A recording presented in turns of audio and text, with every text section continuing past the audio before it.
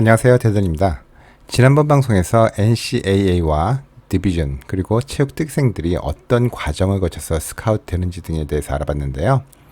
구독자분의 요청으로 오늘은 대학 스포츠의 여러 종목 중에서도 특히 펜싱으로 대학 가는 방법에 대해서 말씀드리고자 합니다. 펜싱의 장점은 다른 운동들과 마찬가지로 육체적, 정신적 건강 증진과 시간 관리 등 여러 가지가 있겠지만요. 저희가 여기서 궁금해하는 것은 과연 이 운동이 명문대 진학에 도움이 될 수 있겠는가 하는 것이죠. 결론부터 미리 말씀드린다면 네, 분명 도움이 될 것입니다. 사실 펜싱은 흔히 말하는 컨트리 클럽 스포츠 중에 하나로 상류층 집안의 아이들이 명문대 진학을 위해서 계획적으로 하는 스포츠 중에 하나로 알려져 있습니다. 그러나 요즘에는 도시 주변으로 펜싱 클럽들이 많이 생겨서 특정 지역에 거주해야만 가능한 것도 아니고 장비 역시도 클럽에서 빌려서 사용할 수 있기 때문에 입문 단계에서는 상당히 무난한 스포츠입니다. 물론 나중에 내셔널 컴페티션에 나갈 정도의 레벨에 오르면 시합 참가를 위한 여행 경비 등 제법 돈이 들어가겠지만 그건 어느 스포츠나 마찬가지가 아닐까라고 생각합니다. NCAA 산하 펜싱 팀에는 많은 명문 대학들이 참여하고 있는데요. NCAA 디비전 1에는 다트머스를 제외한 하버드, 예일, 콜럼비아 등 7개의 나머지 모든 아이비 대학들이 속해 있으며 이외에도 스탠포드, 듀크, 버스턴 컬리지 같은 명문 대학들을 포함해서 약 27개의 대학교가 참여하고 있습니다. 또한 디비전 2, 3에도 약 20개 이상의 학교들이 속해 있습니다. 이와 별도로 NCAA 소속이 아닌 클럽 단위로 운영 중인 대학팀은 훨씬 더 많은 약 160여 개 학교들이 참여하고 있습니다. 그러나 이러한 NCAA 소속이 아닌 펜싱 클럽들은 입학에 영향을 미칠 수 있는 것은 아니고요. 일반적인 입시 절차를 밟아서 입학 후에 자발적으로 펜싱 클럽에 들어오는 인원들도 운영하고 있습니다. 사실 펜싱은 운동 특기로 대학에 갈 수 있는 확률이 가장 높은 스포츠 중에 하나인데요. 통계에 따르면 고등학교 펜싱 선수의 약 35%가 대학 경기에서까지 부분 또는 전체 장학금을 받으며 선수로서 뛰고 있는데요. 이에 비해서 다른 스포츠의 경우에는 야구 11%, 골프 8%, 농구 6%, 테니스 5% 등 대부분의 종목에서 10% 내외의 선수들만이 대학에서 선수로 활동하고 있습니다. 대학 입시에 영향을 줄 수 있는 NCAA 회원 학교들의 펜싱팀 선수 모집은 탑 랭커 선수들에게만 국한되어 있지는 않고요. 심지어 주니어 내셔널 포인트 리스트에 이름이 올라있지 않은 선수들이라도 성실하다면 스카우트 대상이 될 수가 있습니다. 물론 이것은 전적으로 여러분들이 어느 학교에 진학하고 싶으냐에 달린 문제이기도 하겠지만 입시 경쟁이 치열한 명문 대학들이 있어서 펜싱이 도움이 되는 것은 분명한 사실입니다.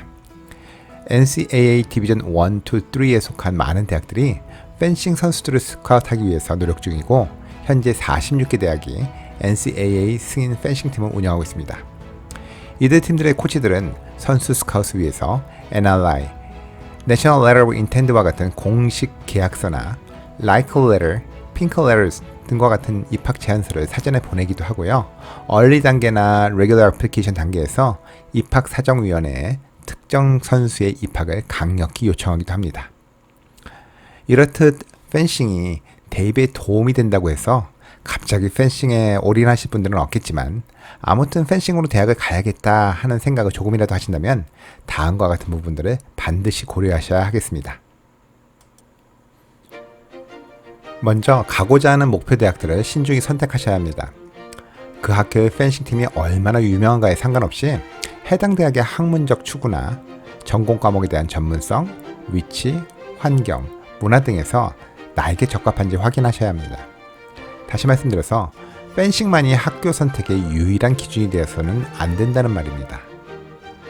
펜싱을 삶의 목적으로 삼을 건지 취미나 하나의 수단으로 삼을 건지에 대한 본인 스스로의 확고한 기준은 미리 세워놔야 할 것입니다. 올바른 학교 선택을 위해서는 다음과 같은 3가지 요소를 반드시 고려하시기 바랍니다. 첫 번째로 펜싱 요소들도요.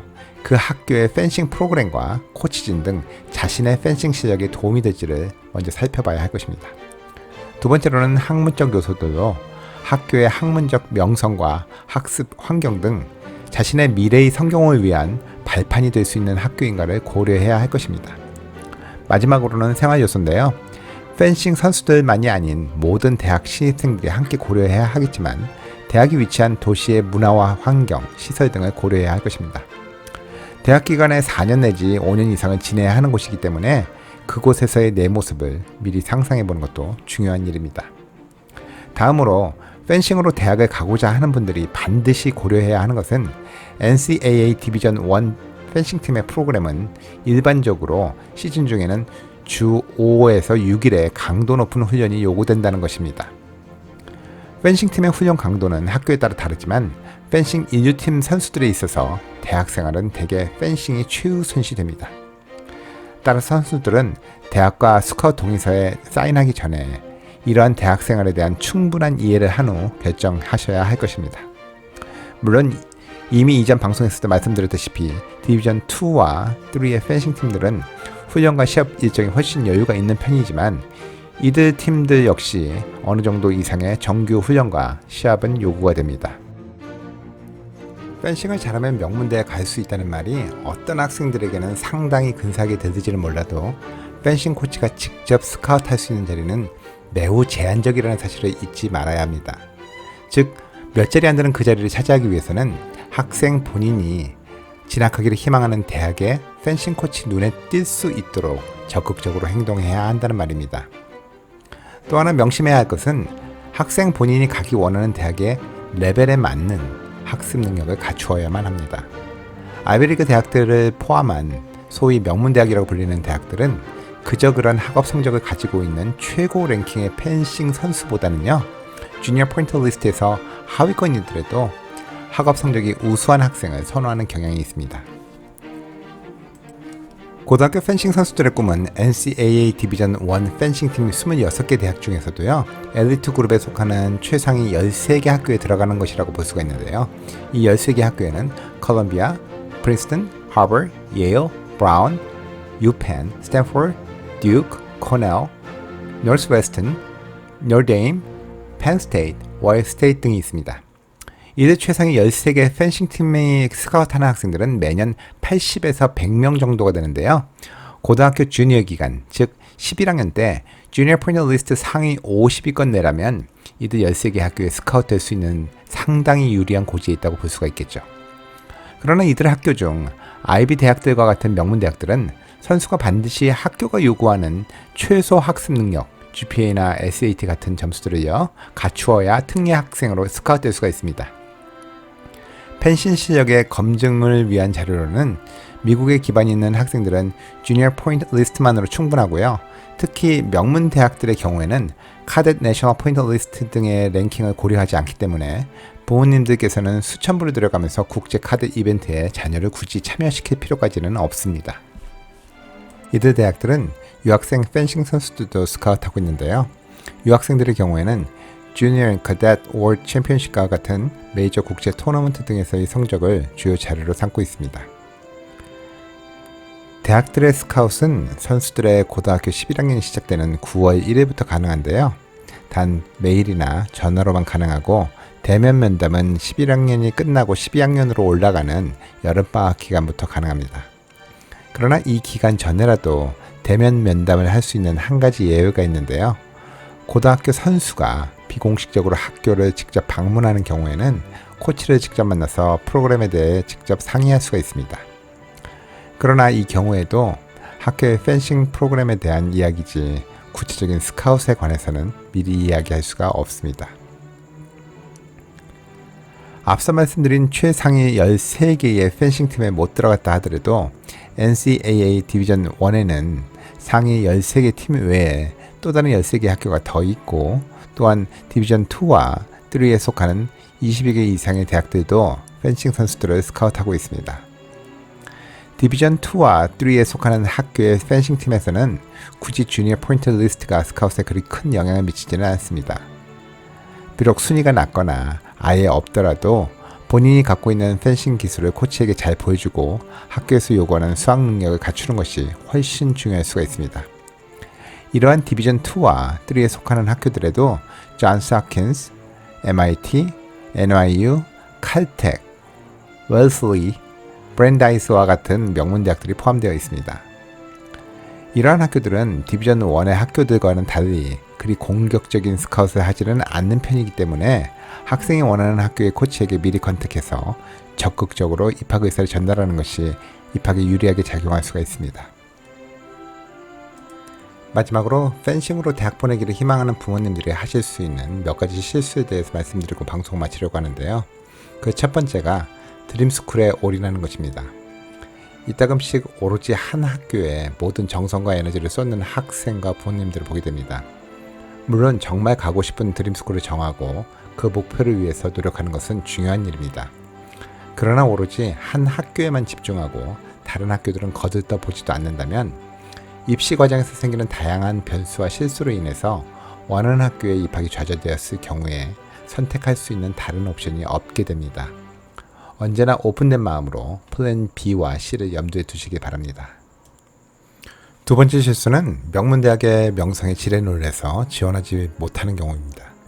가끔 카운슬러 선생님들로부터 부정적인 의견을 듣게 되면 겁을 먹게 되곤 하죠. 그러나 대개의 카운슬러 선생님들은 학업 성취만으로 판단을 하기 때문에 펜싱으로 인한 변수는 제대로 고려하지 못하는 경우가 대부분입니다. 따라서 가끔씩 시도조차 안 하고 드림스쿨의 꿈을 접게 되는 학생들이 생기게 되는데요. 이러한 실수를 피하기 위해서는 지원을 희망하는 대학의 코치에게 학생이 먼저 입학 의사를 강하게 전달하는 것입니다. 해당 대학의 코치는 입학사정위원회에 어느 정도 이상의 영향력을 가지고 있고요. 학교가 정한 최소한의 수학 능력만 인정이 된다면 다른 일반 학생들보다 GPA나 SAT 등의 수학 능력이 조금 모자라더라도 합격할 가능성이 충분히 있습니다. 세 번째는 디비전 3 학교들이나 클럽 단위의 펜싱팀 학교들에 대해서 경제적 지원이 전혀 없을 거라고 미리 속단하는 것입니다. 따라서 이런 학교들은 아예 지원을 고려하지 않는 분들도 계시는데요. 경제적 지원이 없다는 것은 체육 장학금 명목으로의 장학금을 지원하지 않는다는 말이지 다른 종류의 경제적 지원도 역시 없다는 말은 아닙니다. 학생들은 필요에 따른 경제적 지원, Need-Based Financial Aid도 받을 수가 있고요. 성적 장학금 및 기타 장학금 등 비체육계 지원을 받을 수도 있습니다. 마지막으로 대학 원서 접수 전까지 마냥 기다리는 경우인데요. 아까도 말씀드렸지만 NCAA 규정에 따라서 12학년 여름방학 전에 대학 측이 미리 선수와 컨택할 수 없다라는 것이지 선수 측에서 먼저 컨택하는 것을 금지하는 규정은 없습니다.